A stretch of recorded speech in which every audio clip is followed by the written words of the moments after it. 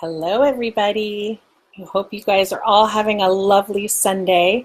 I am actually getting ready to go swimming at my daughter's house.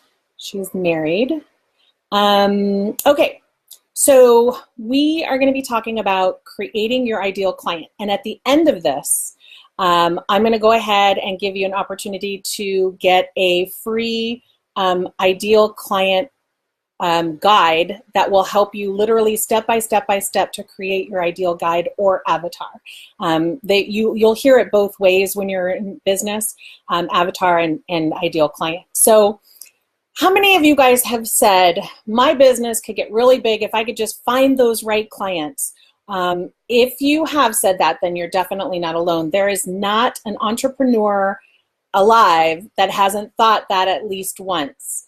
But the good news is that, there are a ton of different ways to find the right client, and I'm going to give you some strategies for that as you're in my group. One of these is to create your ideal client. When you create your ideal client, you all of your branding, messaging, all of the way you speak, everything is focused around a person. And a lot of people freak out and say, oh my gosh, I don't want to have to create my favorite or ideal client because I want to sell to everybody. Everybody can use my product or everyone can use my service. But when you speak with confidence to one single person, you're going to get a lot more clients because you're going to be speaking with authority and with confidence, and there's just a trust factor that gets built because you know exactly who you're talking to.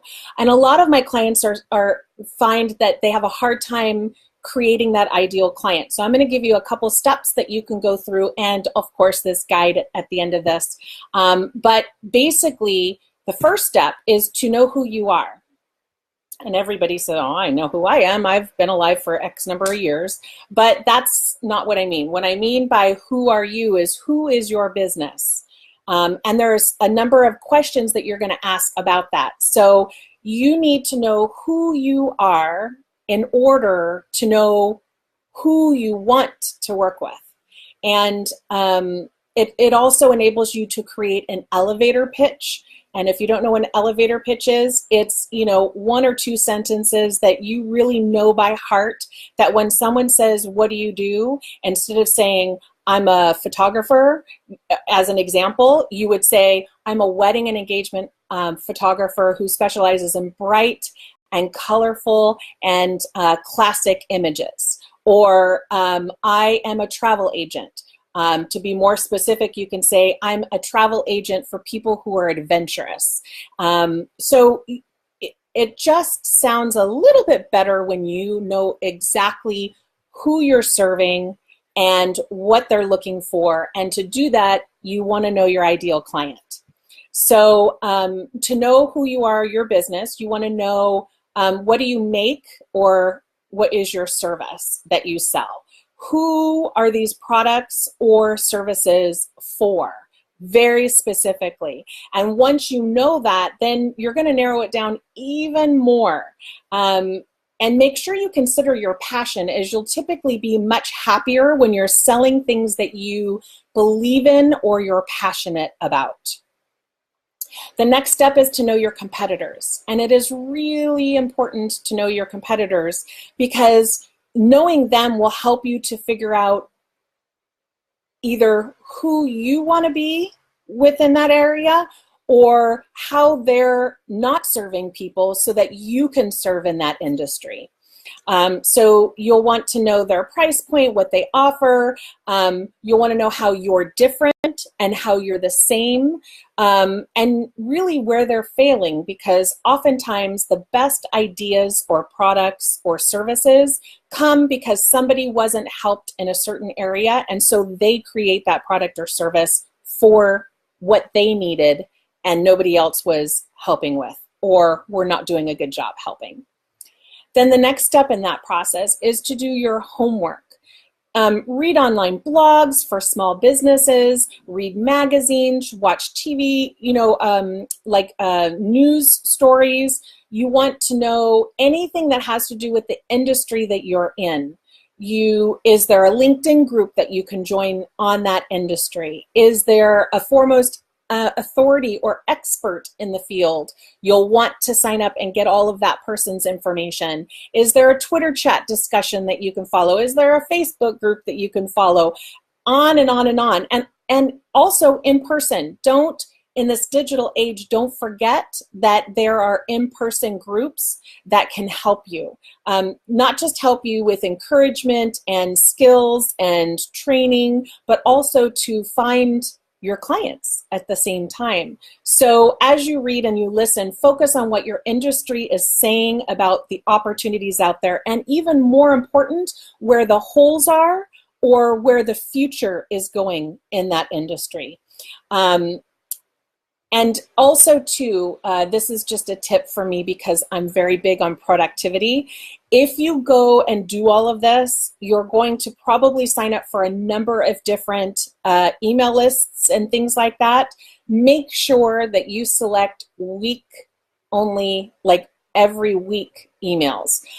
When I started doing this, I got inundated with emails daily from people, and I could not keep up with that, and it ended up being almost a job to keep track of all that information. Another tip is to, when you're going to do this type of work, you could spend literally all day, days doing this instead of focusing on your business and making money right now. So make sure that you plan your day or your week accordingly with putting time aside to do this. So say I'm going to spend an hour researching today, and only spend an hour. Be very careful and thoughtful with your time, because you are an entrepreneur now and you're going to probably work more hours than if you worked for someone else. So you got to make those hours count.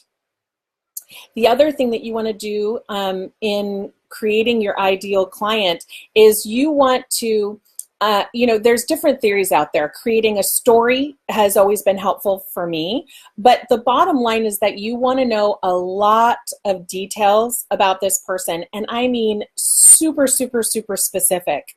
A few things that people always think about is income and revenue, and of course that's important, but don't automatically go for people that are making over $150,000 a year, because a lot of small businesses make really good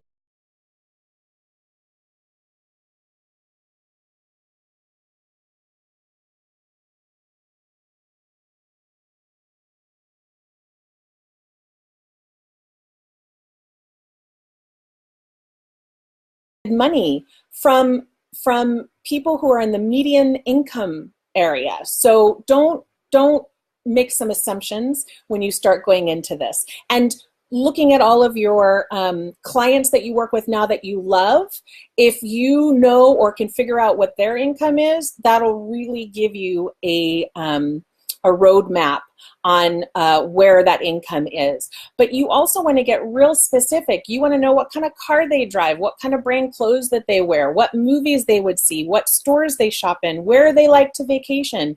You really want to know a lot about this ideal client that you're making.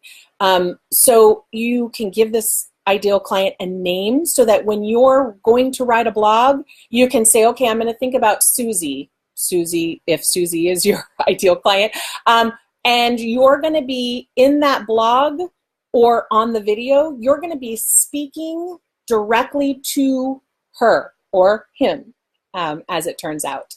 The other thing that you want to do is to describe that client with 3 descriptive words: bubbly,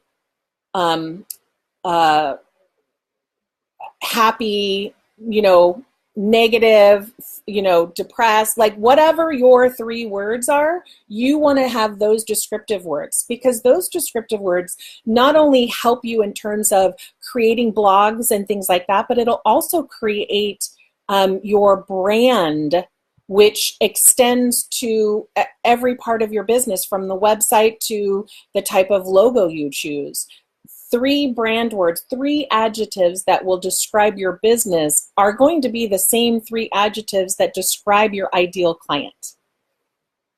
Okay, Now is the point. If you go to womenwhoexecute.com and click the sign up button and sign up for my email, in your email you will get delivered the worksheet or guide that will help you literally step by step. You'll write in all this information and be able to have an ideal client at the end of it. And I hope that you guys all have a great day, and I look forward to our next live next week. I believe it's going to be Sunday. I'd like to continue doing Sundays, but I will definitely let everybody know in advance. I'll see you later. Have a great weekend. Bye.